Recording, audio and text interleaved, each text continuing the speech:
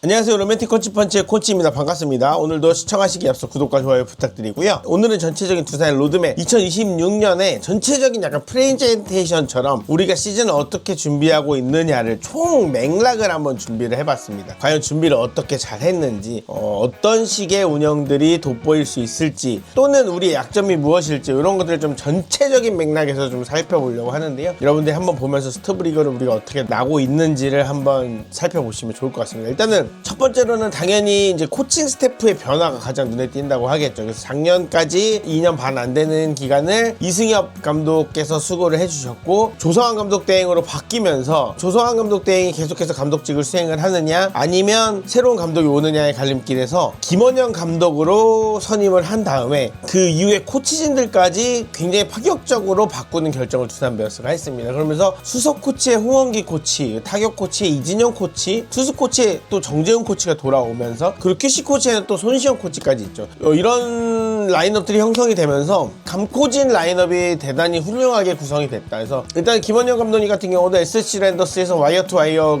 통합 우승 경험이 있고, 두산에서도 투수 코치를 했던 경험으로 우승 경험까지 있기 때문에 이런 부분들이 아마 두산과의 궁합이 잘 맞지 않을까라는 생각을 해보면서, 홍원기 전 키움 감독님도 바로 감독직을 끝난 다음에 수석 코치로 오는 약간 이례적인 행보를 보이면서 두산이 무언가 감독 코치진에 굉장히 힘을 줬다라고 볼 수 있겠죠. 자, 그러면서 가장 의미 있었던 이번 시즌의 영입이 콜어빈 선수가 좋지 못한 활약을 보여주면서, 지난 시즌에 가장 아쉬웠던 퍼센테이지가 어떻게 보면 이제 감독님의 상황과 그리고 이제 외국인 에이스 1선발 투수의 부진이라고 볼 수 있었는데, 콜어빈 선수가 좀 부진하면서 이전에 좀 검증이 되었던 플렉센 선수, 그리고 그 당시 실제로 나이가 좀 어렸었기 때문에 지금 돌아와도 31세 시즌으로 굉장히 전성기를 맞이하고 있는 에이스 역할을 다시 한번 해줄 수 있다라는 생각을 해보면서 굉장히 좋은 영입이 아니었나라는 생각합니다. 메이저리그 경험까지 충분히 갖추면서 돌아오면서, 그러면서 메이저리그에서 뭐 날림으로 아무렇게나 하고 돌아온 게 아니라 비교적으로 좋은 활약을 하고 돌아오는 거기 때문에 충분히 KBO 리그에서는 활약을 할 수 있다라는 생각이 들고, 자료에 보시다시피 KBO 기록도 두산 베어스에서 뛰었을 때도 훌륭했고, 두산 베어스를 떠나서 메이저리그에 떴던 기간들의 기록이 또 대단히 훌륭했다라는 기록들을 볼 수가 있습니다. 이런 의미 있는 가장 큰 영입이 있었고, 그리고 이제 잭로그 선수가 두 번째로 2년차 시즌을 재계약의 시즌을 맡아주면서 후반기에 정말로 대단히 완벽한 모습을 보여줬었는데, 좌우의 밸런스, 그러니까 저번에도 제가 한번 설명을 드린 적이 있는데, 외국인 원투펀치 중에 자완 투수는 이제 잭로그밖에 남지 않게 되었거든요. 모든 팀 10개 구단 팀들 중에. 그러다 보니까 좌우 밸런스가 맞는 팀은 이제 두산 베어스밖에 없다라는 것들이 보이고, 그러면서 3선발의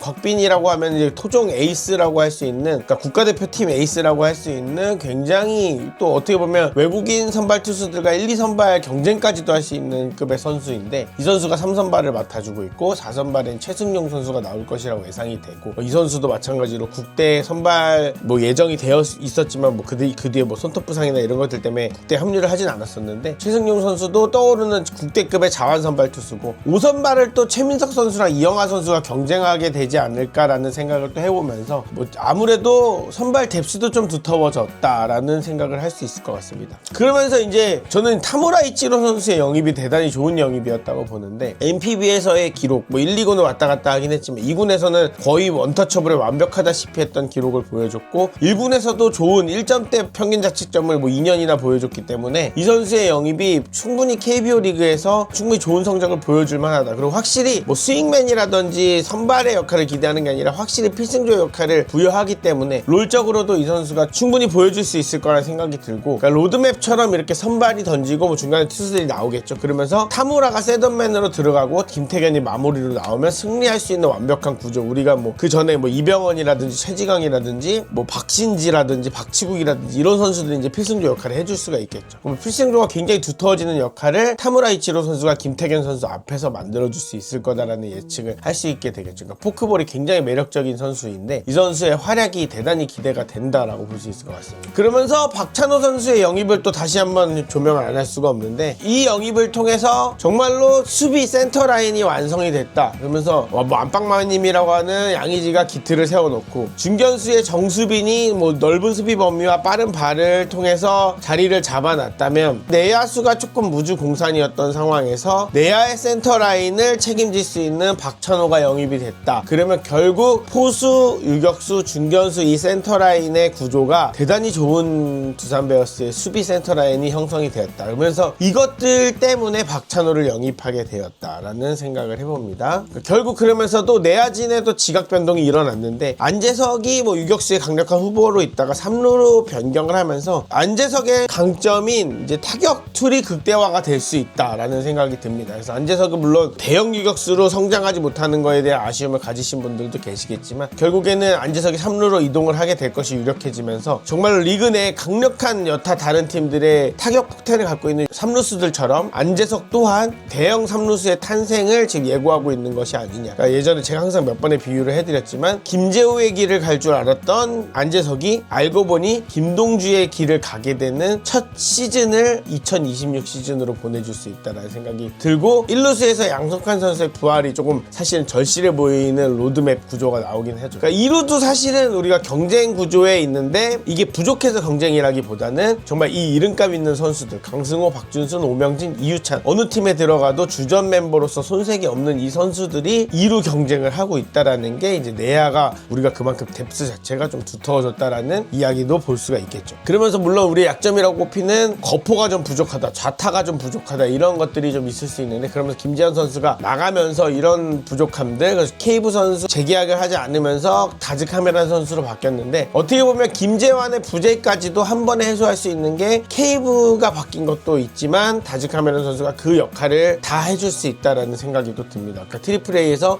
65경기에 18개 홈런을 쳤기 때문에 그리고 두산의 팀 컬러와 맞는 케이브와도 어렵게 이별을 하면서까지 결정을 했기 때문에 케이브의 그런 운동 능력들 주루나 어떤 스피드 그리고 허슬의 능력까지도 갖고 있으면서도 김재환이 갖고 있었던 물론 손의 방향은 다르지만 그런 거포 능력까지도 갖고 있는 카메론이 영입이 됐다라는 생각이 들면서 이런 부분들은 충분히 카메론이 메워줄 수 있다라는 생각이 듭니다. 전체적인 시즌 분석을 해보자면 가장 강력한 강점으로는 선발 투수진 그러니까 1, 2선발이 플렉센과 잭로그가 완벽한 1, 2선발을 갖추고 있고 3선발에도 곽빈이 준비하고 있기 때문에 이게 가장 완벽하다고 볼 수 있겠고 그러니까 센터라인이 잘 갖춰졌다. 박찬호가 들어오면서 그리고 감독이 교체되면서 이 자체가 대단히 중요한 강점으로 요소를 작용할 것이다 라고 보는 의견이 많고요. 약점을 또 한번 보자면 양의지라든지 또 양석환이 부활하지 못한다든지 정수빈도 이제 좀 나이가 많기 때문에 이런 대체 불가능한 베테랑 자원들이 혹시나 노쇠화하는 것들이 좀 튀어나오게 된다면 이슈가 될 수 있겠죠. 또 한 가지 약점은 이병헌 외에는 좀 믿고 맡길 수 있는 자완 불펜이 굉장히 부족하다라는 점이 약점으로 꼽힐 수 있겠습니다. 그러면서도 3강 경쟁 구도로 갈 수 있는 기회를 얻었다라는 시즌이 될 수 있을 것 같고 아시아 쿼터 이제 타무라 선수의 성공 가능성이 굉장히 높게 점쳐지면서 이게 필승조 그러니까 작년에 약했던 불펜을 채워주는 어떤 키포인트로 가면서 대단히 좋은 기회를 잡고 될 수 있는 두산 베어스가 될 수 있을 것이다 라는 생각을 해보면서 반대로 또 안 좋은 영향까지 생각을 해보면 이제 김재환 이적이 결국에는 어떤 거포 리스크가 있는 부분이니까 이런 부분도 생각을 해야 되고 말씀드렸듯이 뭐 양의지, 정수빈 이런 대체 불가 자원들이 부상에 뭐 노출이 된다면 이런 부분들이 리스크가 될 수 있겠죠. 이제 우승을 위해서는 반드시 뭐 하나나 삼성, LG 트윈스 같은 지금 리그의 강팀으로 꼽히고 있는 이런 팀들을 넘어서야 한다라고 볼 수 있을 것 같아요. 그러니까 LG랑 삼성이 올해 2강 전력이라고 보고 하나도 또한 뭐 강백호라든지 보강을 잘했기 때문에 아무리 뭐 와이스와 폰세가 빠졌다고는 하지만 작년에 준우승 팀이기도 하고 뭐 어쨌든 외국인 투수도 외국인 투수로 외웠기 때문에 그렇게까지 많이 WAR이 빠질 것 같지는 않고 여러 가지 타격적으로도 보강을 좀 했기 때문에 하나도 좀 순위권 제 생각에는 높은 순위에서 경쟁을 할 것 같은데 이 팀들을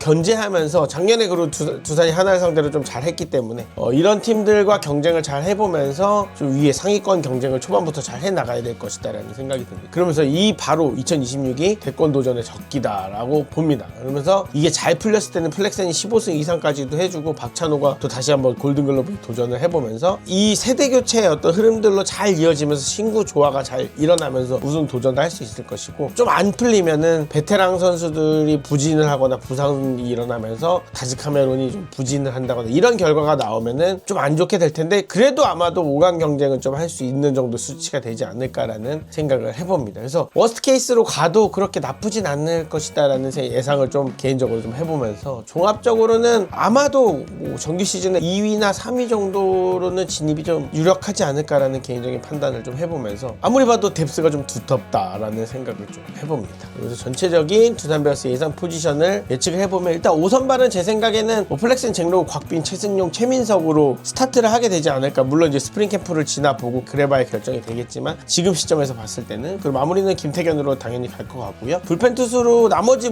선발에 들어가지 못하는 투수들을 다 불펜 투수 넣어봤는데 일단 루키는 좀 제외를 했고 1군에서 어느 정도 의미 있는 활약을 보여준 선수들만 쭉 넣었는데 좀 생각보다 두텁습니다. 그래서 타무라 이치로, 이병헌, 최지강, 박신지, 박치구, 이영하, 최원준, 양재욱, 윤태호, 김정우, 박경수, 김민규, 김명수, 이용찬, 이경호 이 정도 선수들이 필승조로 누가 들어가도 사실 좀 이상하지가 않고 김호준, 최준호, 김동주 선수도 이제 6월에 상무에서 복귀를 하는데 저번에 잠깐 그 자선야구 대회 때 봤는데 벌크업이 좀 되어 있는 상태고 토미존의 수술에 들어간 재환유 선수도 복귀가 정확히 언제 될지 모르겠지만 또 복귀를 하게 된다면 시즌 중에 복귀를 할 수 있다면 좀 가세가 되겠죠. 그래서 포수 라인업에도 다른 선수들도 있겠지만 1군에서 좀 유의미한 활약을 할 수 있는 선수들을 좀 꼽아본다면 양의지, 김기현, 또 상무에서 돌아오는 윤준호 선수가 있고요. 1루에는 양석환, 김민혁, 2루에는 강승호, 오명진, 박준수, 3루에는 안재석, 임종성, 유격수에는 박찬호, 박계범, 그리고 좌익수에는 그러니까 박지훈, 이효찬 선수를 저는 좌익수로 좀 분류를 했는데 좌익수가 좀 우리가 항상 없다 보니까 그러니까 내외야 멀티 자원으로 이제 꼽을 수 있는 박지훈, 이효찬을 좀 좌익수로 넣어놨고 그 외에도 김인태, 김민석, 조수행, 김대한, 김동준, 전다민, 김주호, 신우열 루키 선수들인데 즉시 전력감으로 보이는 루키 선수들은 여기 좀 넣습니다. 그러면서 중견수는 정수빈일 거고 우익수는 다즈카메로 여기서 일단 좌익수에 좀 많이 때려 박았습니다. 그리고 지명타자는 일단은 홍성호로 넣어봤습니다. 그래서 일단 예상 포지션은 이렇게 넣어봤는데 봤을 때는 좌익수 자리 하나가 조금 지타도 좀 바뀔 수는 있긴 하겠죠. 그럼 좌익수 자리 하나가 아직은 좀 미정이다라고 볼 수 있는데 두텁습니다. 그리고 뎁스는 두텁기 때문에 어느 정도